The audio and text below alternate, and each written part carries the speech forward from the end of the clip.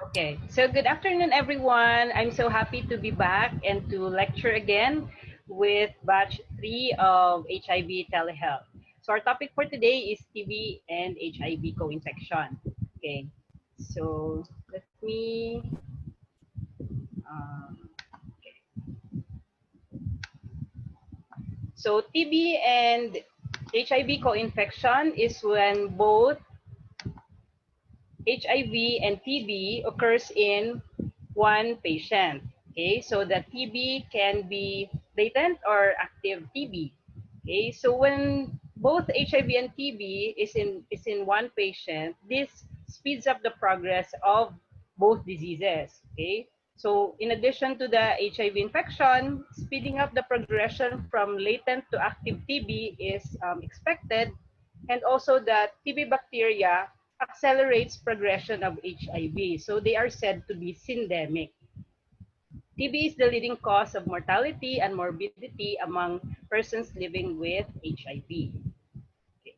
For the global TB-HIV statistics in 2018, there were an estimated 862,000 new cases of TB, and 72% of whom are living in Africa. So hindi naman dito sa atin.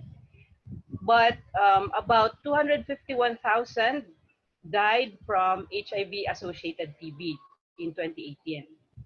And the statistics show that PLHIV has 20 times um, more likely to fall ill with TB, and there's always a threat for drug-resistant TB among the HIV population. Furthermore, the global burden in 2017 shows that 32% of AIDS deaths were from TB. 49% of all people with HIV-associated TB did not even reach care. So that's about half. And in the 30 countries with high burden of HIV-associated TB, only half or 15 reported isoniazid prophylaxis for PLHIVs who are already under care. So that's why we have a very high burden of TB, because so far our efforts are about just half of what we should target. In the Asia and the Pacific, 2 out of 3 TB infections globally are accounted for in the Asia Pacific. So that's very high on our part. 60% or 3 out of 5 of MDR TB burden is also in our region. Globally, Asia and the Pacific is the home for 13% of PLHIV. So konti lang tayo for the global number of PLHIV, but 20% of the TB-HIV co-infections are in the Asia Pacific. So mataas. In terms of treatment success rate, compared to non-HIV TB cases, uh, only 75% treatment success rate is achieved among HIV positive TB cases. And death rate is very significant at 14% among HIV positive TB cases, compared to only 3% of new and relapsed TB cases among non-HIV. Okay. With regards to the 1990 treatment targets, uh, here in the Asia and the Pacific, you will see those numbers in the center of the circles. These are about just 50% of the reach target of the region among people with TB and HIV. So, hindi nga natin nare-reach yung 90%, 90, kasi sa Asia Pacific, ano lang yan siya yung number, 71, 66, and 83. But among TB and HIV patients, half pa yon, 37, 31, and they couldn't even track those TB HIV who are virally suppressed at the time of the study in 2018. This means that 63% of people with TB HIV co-infections do not know their HIV status, and close to 70% of people with TB HIV are not receiving antiretroviral therapy. This is really a big problem. Okay, so locally, there was a study back in 2013 by Dr. Kathrowa in PGH. This is just a small study of 101 patients, 63 men, 38 female. 46% of these are pulmonary TB and 41% extrapulmonary TB, while 14% had both. They just look at how many would turn positive if screened for HIV in the setting of a TB infection. And they found an HIV point prevalence of 3%. To flip the coin, in an article I found online in April 2020, Dr. Gerard Bellimac was quoted as saying that the prevalence rate of tuberculosis among HIV patients is at almost 50%. No? So 1 in 2 of our HIV patients are most likely to have TB as well. Okay. Again, in another study done in PGH, which is a 2012 study, our prevalence rate for PTB alone at that time was 15%, while TB and TB accounted for almost 8%. No? So really, there's a high burden of TB among our HIV patients. Okay? So from theoretical or from our books, it is said that the estimated annual risk of reactivation of TB disease among persons untreated of HIV is 3 to 16% per year. And it doubles during the first year following HIV infection and can occur at any CD4 cell count. So let's now discuss first pulmonary tuberculosis before extrapulmonary tuberculosis. So the spectrum of disease of TB among HIV patients is that there can be no infection, or the patient can have latent TB infection, which we will also discuss, active TB disease, and the TB disease can be that of pulmonary, extrapulmonary, and either drug sensitive or MDR, which is multi-drug resistant TB. And then once TB treatment is started, things that can possibly happen are adverse drug reaction, that's the ADR, IRIS, or the immune reconstitution inflammatory syndrome, and also drug-drug interactions, which we will tackle in the next slides. Okay. So from the 2016 clinical practice guideline of OIs, or opportunistic infections in HIV, all HIV patients with any of the screening symptoms must be tested for TB. Cough of any duration, so not limited to 2 weeks only, fever of any duration, weight loss, and night sweats lasting 3 weeks, with or without an abnormal chest X-ray, as will be explained. This is a strong recommendation. Okay. So the evaluation for TB should include a chest X-ray. So all our excuse me, newly diagnosed HIV patients should undergo a chest radiograph. A normal chest X-ray does not rule out TB. Okay, so when the clinical suspicion is high, sputum samples should be obtained specifically for gene expert of MTB rifampicin. So studies show that during early HIV, when the CD4 is expectedly still higher than compared if the HIV has progressed to AIDS, the typical radiographic findings would be similar to those of non-HIV. So cavitations can be seen, fibrosis, upper lobe infiltrates, and the like.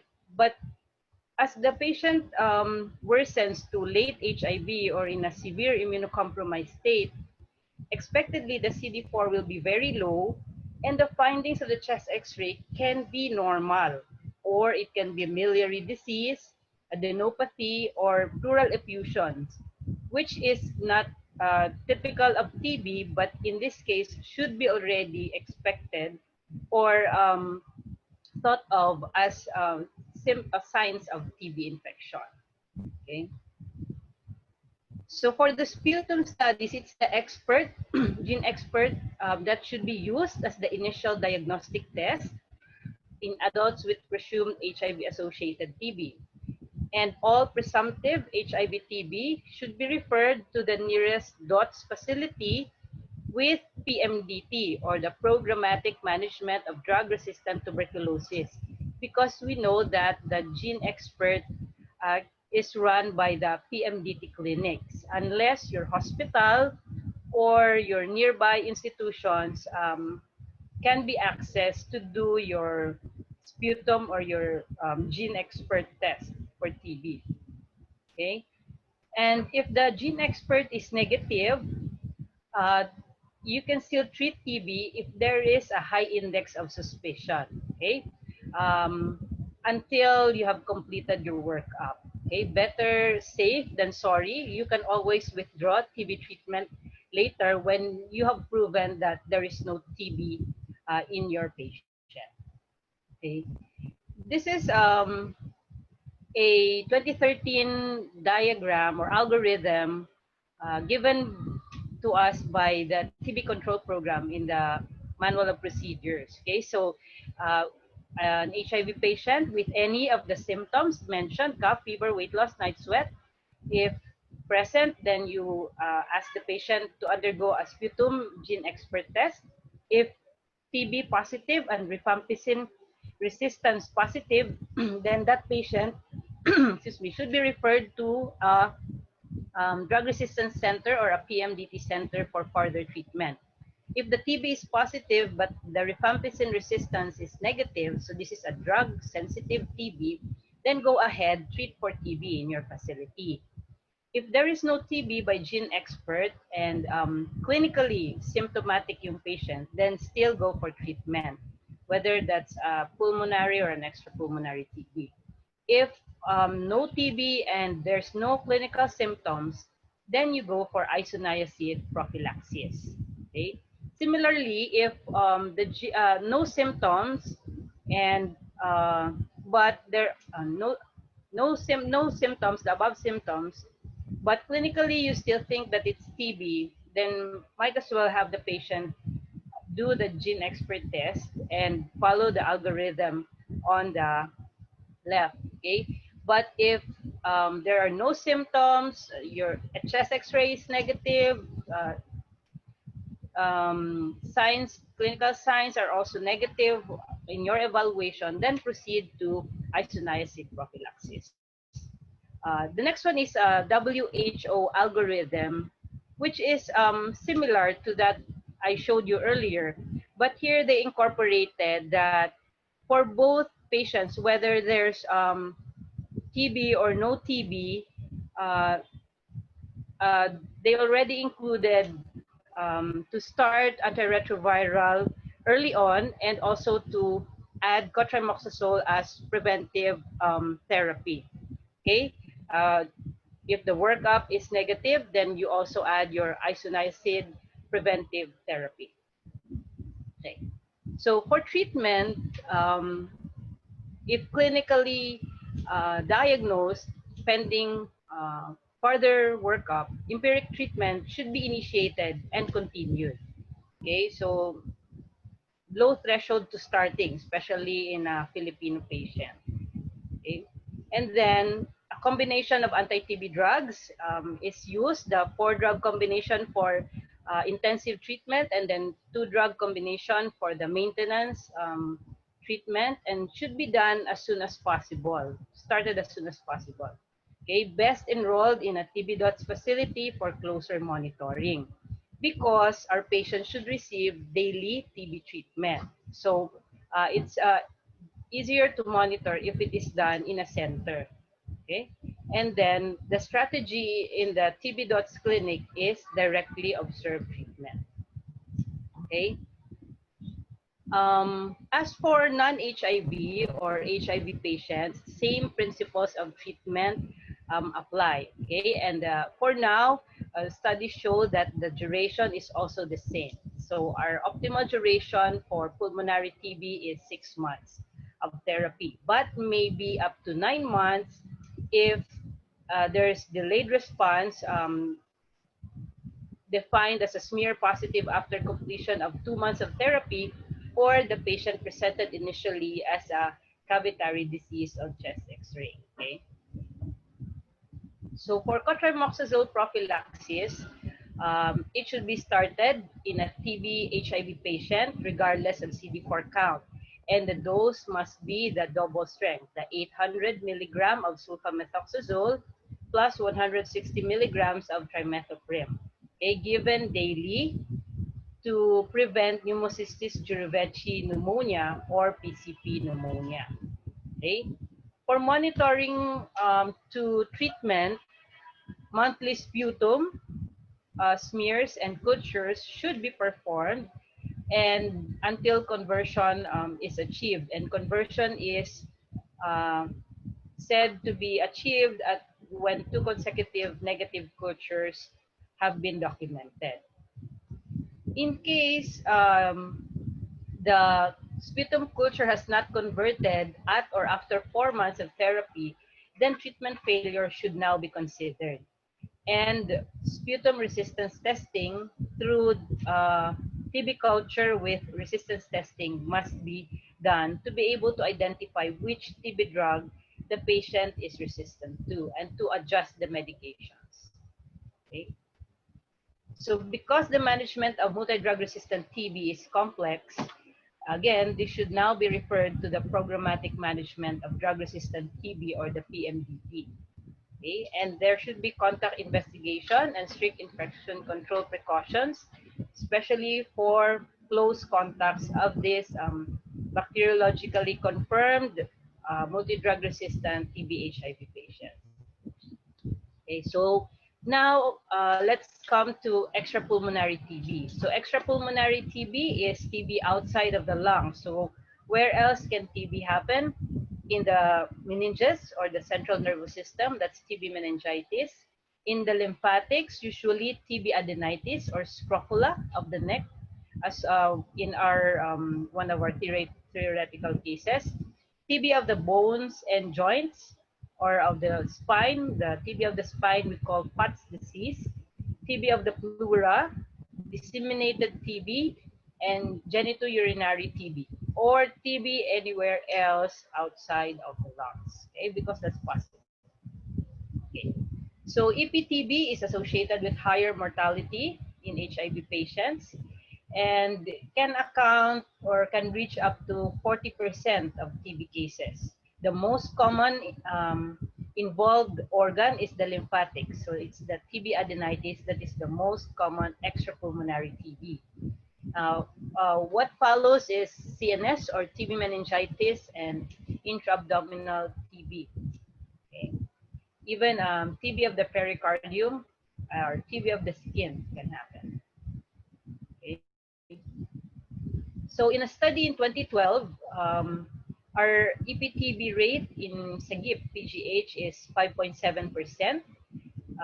Adding the disseminated TB prevalence totals to 8%, and combined EPTB and PTB accounts for 24.5% of all OIs, which is high.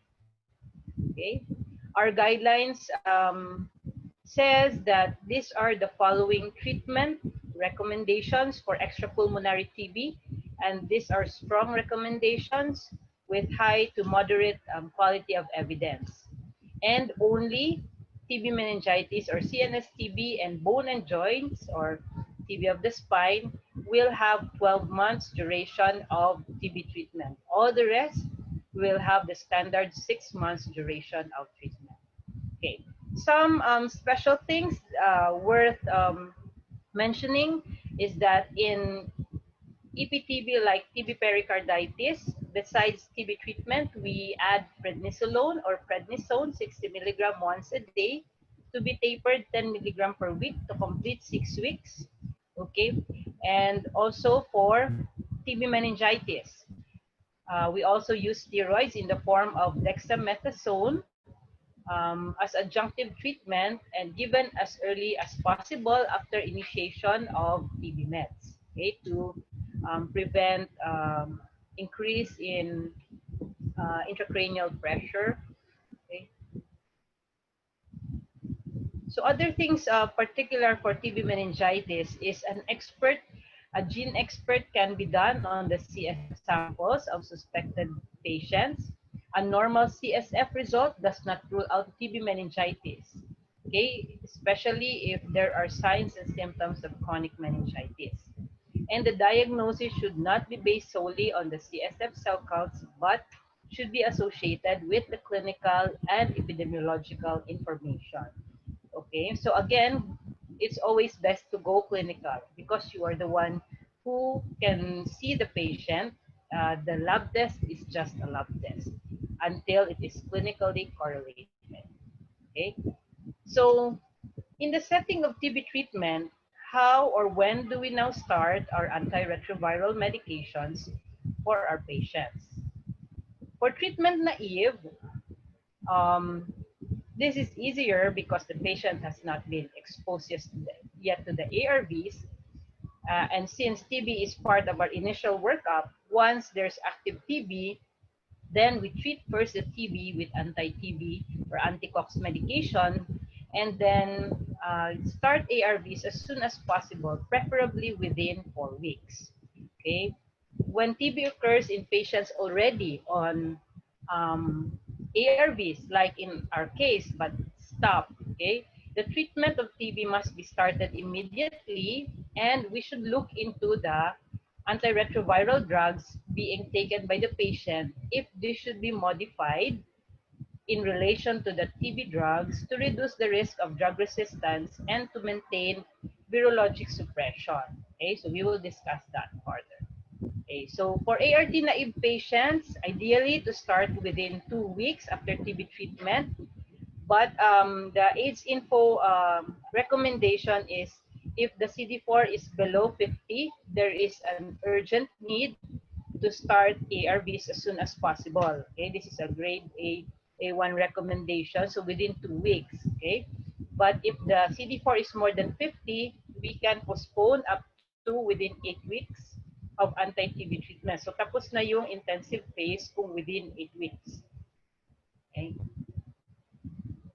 So the preferred co-treatment regimen for HIV-related TB disease is a rifampin or a rifampicin-based TB therapy.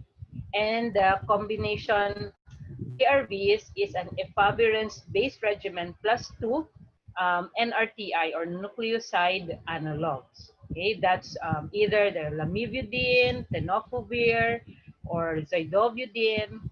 Okay, those are the NRTI. But the NNRTI, the preferred choice. Tuberculosis drugs, especially rifamycins, must be administered 5 to 7 days per week for at least the first 2 months, okay, during treatment, especially with advanced HIV, because rifampicin is the most potent anti-TB medication. Okay. So the dose for the efavirenz is 600 milligram once a day. Okay, and this has been an area of contention because there's also a recommendation to increase this efavirenz dose to 800 milligrams. As I will show you in the next slide, that the rifampicin decreases the efavirenz concentration in the blood during treatment. But there are already studies that show that despite using the standard 600 milligram of efavirenz, there is still good virologic, immunologic, and clinical outcomes with standard efavirenz dose. And hence, there is no need to increase the dose to 800. And comparing efavirenz with that of nevirapine, efavirenz is more effective and less toxic than nevirapine. Okay, here. So to show you that how rifampicin affects the drug levels of some antiretrovirals, it mostly decreases the drug levels of ARVs. very significantly for nevirapine. Hence, if your patient is on nevirapine-based regimen, it should be shifted to efavirenz if available. Okay.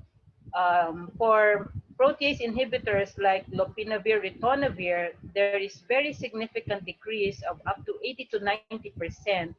Hence, ideally, it should not be used with rifampicin. Okay, but in our case 3, the theoretical case, we must deal with this because the patient is now taking lopinavir, ritonavir. Okay, we'll explain later. Okay, so what are alternatives to efavirenz? Though nevirapine is decreased by 37%, it can be used as an alternative to efavirenz if not tolerated. So what we do is we don't start the once daily dosing when ARVs are started. We immediately go to the twice daily nevirapine. Okay, fortunately for us nowadays, we don't use nevirapine as a first line drug, so I think we will not have much problems with nevirapine. And then rilpivirine, which is another option, another NNRTI, is significantly reduced by 80%. So this should not be co-administered with the rifampicin-based TB medications. Okay. How about protease inhibitors? These are for the lopinavir, ritonavir. So two strategies have been suggested by AIDS Info. Okay, so there's a super boosting and a double dosing. So super boosting is giving standard dose of the protease inhibitor, which is lopinavir, and a higher than usual dose of the ritonavir, which is the booster. And the second strategy is a double dosing. So double dosing of both the protease inhibitor and ritonavir. The double dosing is what we do in our setting. Okay. So let me go back. Okay. So again, the double dosing on the background of using a rifampicin-based TB treatment regimen has been an area of debate for us infectious disease, maybe also in your institutions or in your facilities, because there are some um, papers or journals that have said that using rifampicin with the double dose lopinavir, ritonavir decreases the effectivity or of the ARVs, and hence puts the patient in at risk for drug resistance. So some of us would think that we can do without the rifampicin and substitute with other TB medications and just go with the usual dose of the lopinavir, ritonavir.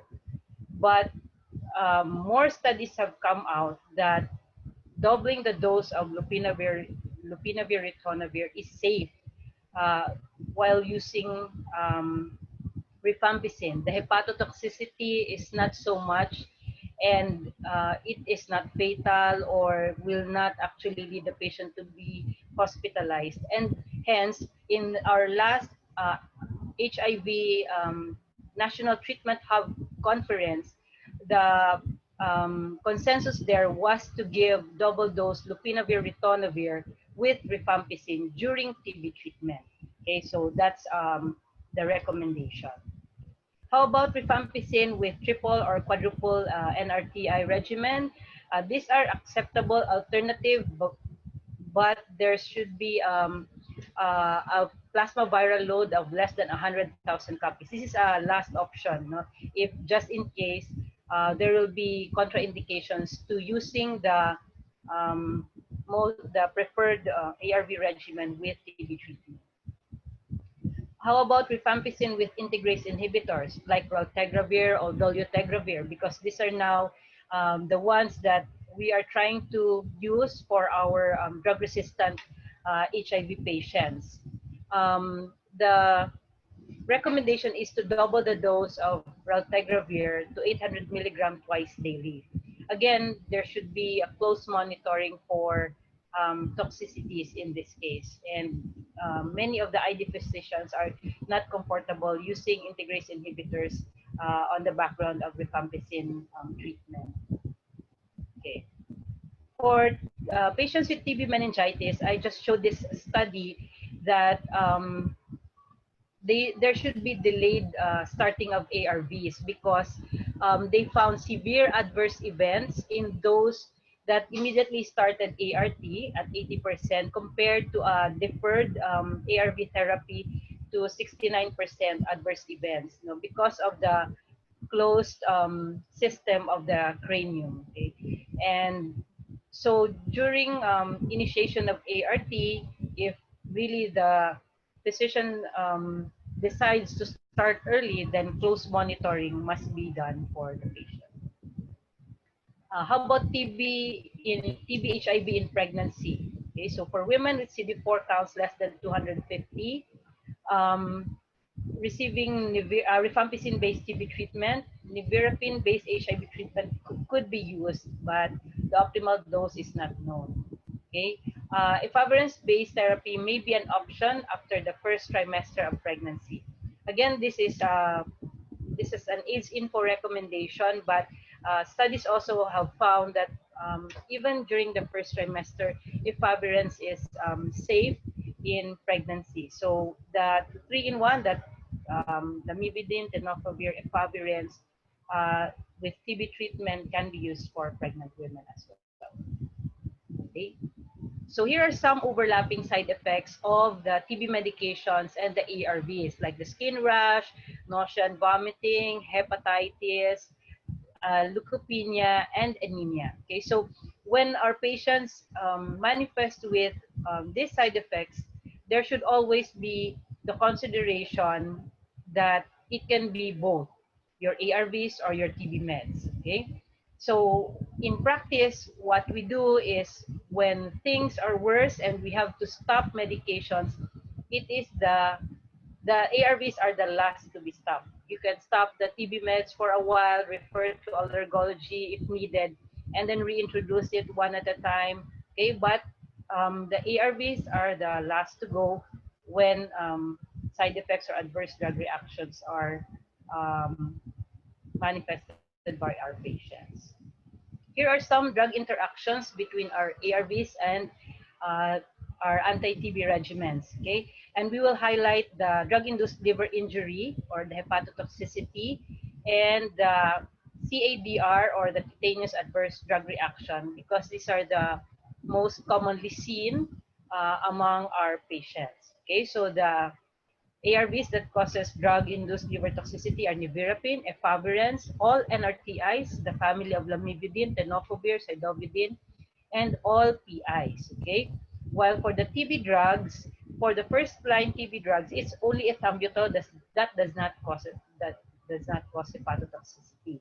For skin rash, the ARVs that are implicated are abacavir, nevirapine, and efavirenz. While that of the anti-TB drugs is again, all of them can result in a rash, but most commonly isoniazid, rifampicin, and pyrazinamide.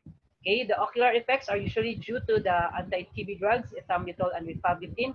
Hence, a baseline ophthalmologic exam is always um, should always be considered or done before exposing the patient to antiretrovirals and TB medications. Okay, so for drug-induced liver injury, it is defined as an ALT or an SGPT elevation of more than or equal to 3 times the upper limit of normal with symptoms such as fever, rash, fatigue, nausea, anorexia, and jaundice, or uh, an ALT elevation of more than 5 times the upper limit in the absence of symptoms. We can re-challenge the medications once the ALT level returns to less than 2.5 times the upper limit of normal. Okay. So during the time of a drug-induced liver injury, all our TB meds are stopped. Okay, and the patient is evaluated not only for the TB medications but for other possible causes of a drug-induced liver injury. So there should be evaluation for hepatitis A, B, and C, and also for other biliary tract diseases, alcohol exposure, and other hepatotoxins. Those the herbal supplements or those other drugs that our patients might be taking without our knowledge because these are possibly non-prescription drugs. Okay, because for us Filipinos, when we are sick, no, we try to use some remedies, especially the ones that are suggested to us by our friends, our family, and sometimes this jeopardizes our treatment. Okay, so at least 3 anti-TB drugs should be started, preferably ethambutol and aminoglycoside. And aminoglycoside can be amikacin; those are injectable. Okay, and moxifloxacin or levofloxacin. This is an antibiotic, which is a oral drug. Okay, this is called a bridging regimen. Okay, while we try to reintroduce those TB medications that are liver toxic. Okay, so with the bridging regimen, we will introduce the TB medication one at a time at 7 days interval. Okay, for as long as the ALT is less than 2.5. And then the rifampicin, being the most potent one, should be started first. And then rechallenge with pyrazinamide is controversial. But in our case, it's not controversial. We don't rechallenge pyrazinamide. We just remove the pyrazinamide once the drug-induced liver injury happens. After anti-TB drug rechallenge, if the antiretrovirals have been discontinued and cotrimoxazole, then it's time to restart or rechallenge with those drugs as well. For the cutaneous adverse drug reaction, minor reactions are rash of limited area and pruritic. So just give antihistamines. Continue the TB medications. If rash is generalized, there's fever, drug-induced liver injury, or mucocutaneous membrane involvement, yung may mga sugat sa loob ng bibig or dito sa may mata affected, or severe yung desquamation, yung nangitim na yung balat, sobrang nagbalat, all medications must be stopped, okay, until the lesions has subsided, usually with a dermatology consultant on board. Okay? So when the rash is improved, TB drug should be restarted, like in the drug-induced liver injury. And when rash occurs again, you suspect the last drug added. Okay? Maybe yun yung nag-cause. Okay, now let's go to tuberculosis-associated immune reconstitution inflammatory syndrome, or TB-IRIS. IRIS is defined as a clinical condition caused by ART-induced restoration of pathogen-specific immune responses to opportunistic infections such as TB. This can result to either deterioration of a treated infection or a new presentation of a previously subclinical infection. Okay, there are two types, paradoxical and unmasking. Okay, it can occur from 8 to more than 40% of those patients starting on antiretroviral drugs, and most of this occurs within 3 months. Again, it will go back to this in our case. Okay, so for paradoxical TB-IRIS, this occurs in patients with active TB prior to starting antiretrovirals. Okay, the patient has now clinically improved from the TB treatment, and then you start the ARVs. And then the patient starts presenting with symptoms such as fevers, new enlarging lymphadenopathy, and new or worsening pulmonary infiltrates. Okay, usually within the first weeks of ART, lumalabas yung symptoms. Okay. So mortality is uncommon. The life-threatening manifestations can be cerebral tuberculomas kasi magkakaroon ng herniation, meningitis, enlargement of pericardial effusions in the heart causing cardiac tamponade, or extensive pulmonary involvement causing respiratory failure, and nodal enlargement causing airway obstruction or splenic rupture. Okay? For disseminated TB, ang common na TB-IRIS is in the liver. Okay. Onset of symptoms typically within 1 to 4 weeks after ART, but up to 3 months, as I have mentioned. And this can last for 2 to 3 months on the average, but sometimes even months or up to a year, or can recur over a year after onset. Okay. So pag prolonged TB-IRIS, usually suppurative, lymphadenitis, or abscess formation ang presentation. Okay. Risk factors: low CD4, less than 100, high viral load prior to ARVs, disseminated or extrapulmonary TB, and then short interval between starting TB treatment and ART, no? Lalo na sa TB meningitis. Okay. Even though early ART increases risk of TB-IRIS, ART should be started within 2 weeks of TB diagnosis in CD4 cell counts less than 50. Okay, given that this reduces the risk of AIDS progression and death. No? Life-saving ang ARVs in the worst spectrum of HIV. Okay, so usually self-limiting. Many patients require symptomatic therapy. Ano lang, analgesia or pain reliever, antiemetics, antisuka. No, for severe cases, steroids can be used. No, bira naman yung na-hospital. Okay, unmasking TB iris is one that's an unrecognized TB at the start of ART because of the paucity of the symptoms, oligosymptomatic, no, because the immune system was unreactive or very weak at that time. Okay, patients may present with a particularly accelerated and inflammatory presentation of TB in the first few weeks of ART. So common presentation dito sa pulmonary TB, pneumonia-like high fever, respiratory distress, sepsis, and consolidation on chest X-ray. Mamumuti yung X-ray niya. Okay? Treatment should be standard treatment with or steroids, if life-threatening.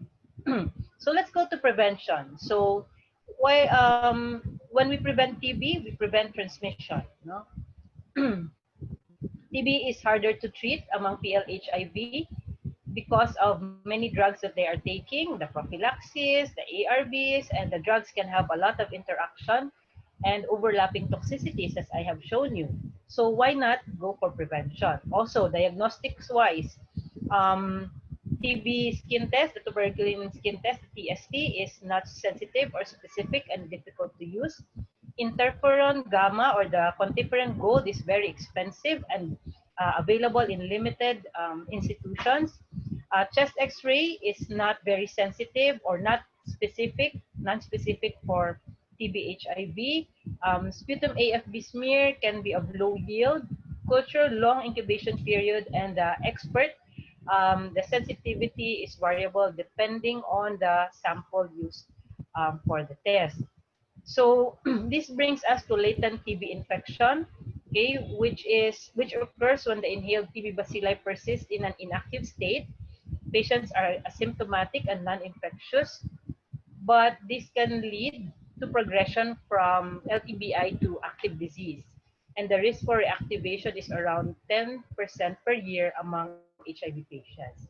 So just to illustrate a latent TB versus a TB disease, the latent TB patient doesn't make a person feel sick or there are no symptoms and can spread it compared to an active TB patient, okay, which can spread the disease to other persons, especially in their own household. So what is the treatment for this is isoniazid preventive therapy or IPT, which studies have shown that IPT or isoniazid reduces the risk by 33%. Okay, all-cause mortality is not affected by isoniazid prophylaxis, but results into a reduced risk, of dying. Also, though not statistically significant, there can also be adverse drug reaction because isoniazid is a medication, but it is not that statistically significant, and it helps to prevent progression of LTBI to active disease. So in the absence of active TB, HIV patients should be treated for presumed LTBI. A TST is not a requirement, an IGRA is not a requirement to do or to start the IPT. Okay, all patients with presumed LTBI should start isoniazid 300 milligrams daily for at least 6 months. Okay, and this should be coupled with pyridoxine or your vitamin B6, 25 milligrams per day. Your vitamin B complex once a day will be more than enough. Okay. Other LTBI treatment in the guidelines of CDC are isoniazid for 9 months, daily or twice weekly. Isoniazid plus rifampicin. Rifampicin is a kapatid of rifampicin, but not yet available. Once weekly for 12 weeks. And rifampin or rifabutin daily for 4 months. In our setting, we only advocate isoniazid prophylaxis, and for now, 6 months only. So as you will see here, globally, they put a lot of people early on to isoniazid prophylaxis. But here in the color blue, the rest of the world, which we belong, we have very low TB prevention treatment strategies. Okay, so we should really go after the prevention of our TB cases. Okay, so what are the barriers identified for the LTBI treatment? Isoniazid stock out. Do you have free isoniazid medications? We have, but very limited. We only give our patients a few tablets to start them with their isoniazid prophylaxis. Fear of creating isoniazid resistance. You should reassure your patients that the studies have shown very low risk of developing resistance to isoniazid. That's a very good basis for starting your isoniazid prophylaxis. The benefit really outweighs the risk. Problems in patient acceptance, information dissemination, no, that's about 30%. Okay, they don't get the information. And once you explain to them, they are 8 times more likely to start the IPT. And also, there's lack of commitment of health managers to scale up the program. Kulang pa rin daw ang efforts natin. Okay. uh, Almost finished. Secondary preventive therapy, there's also advantage as there is decrease in recurrence of TB with isoniazid prophylaxis. So all our TB patients who treated for TB already, you can still give your isoniazid prophylaxis after TB treatment, again for 6 months. No, the studies have already shown advantage of doing secondary IPT. So because we all work in a healthcare setting, it is prudent to prevent transmission of TB. So what are the things that we can do? We should remember that TB is most infectious for pulmonary TB or laryngeal TB. Okay, so if any of us have this, our patient or our healthcare worker, then we should at least complete 2 weeks and show some improvement in symptoms before resuming work. Okay. Good patient management for TB prevention includes screening not only of our patients but of ourselves. Cover your cough when you do cough, social distancing if you're sick, and rapid uh, giving of service. Environmental control. Make sure that there is adequate ventilation in your workplace. You should be sitting where the wind comes in. The direction of the wind must be away from you. Okay, so the patient must be after the wind, after you. Okay, and yeah, screen healthcare workers for TB and HIV and educate everyone on TB infection control. Do not ignore your own symptoms. Okay, face mask may not be very helpful if ventilation is not proper. And dedicate areas of sputum collection in your centers. Usually, di ba, sa open area yan ginagawa with good ventilation. Okay, so it's time to end TB. 3 actions for the HIV community: prevent, test, and treat. Because our numbers show that our efforts are just about half of what we should do. No one should survive HIV only to die of TB. This is my last slide. Thank you. And these are the sources.